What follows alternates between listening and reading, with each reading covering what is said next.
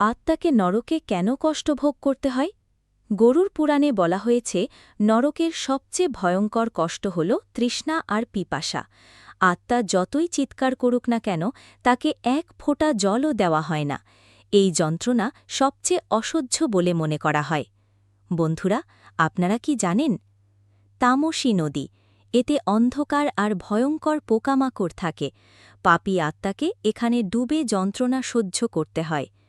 গুলমতকা নদী, এতে কাঁটা, ঝোপঝাড় আর বিষাক্ত গাছ ভেসে থাকে।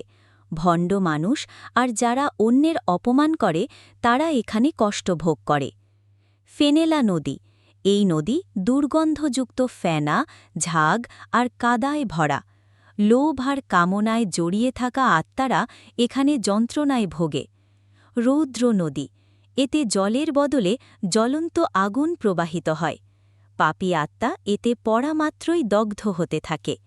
কৃষ্ণা নদী, এই নদী সম্পূর্ণ কালো জল আর দুর্গন্ধে ভরা।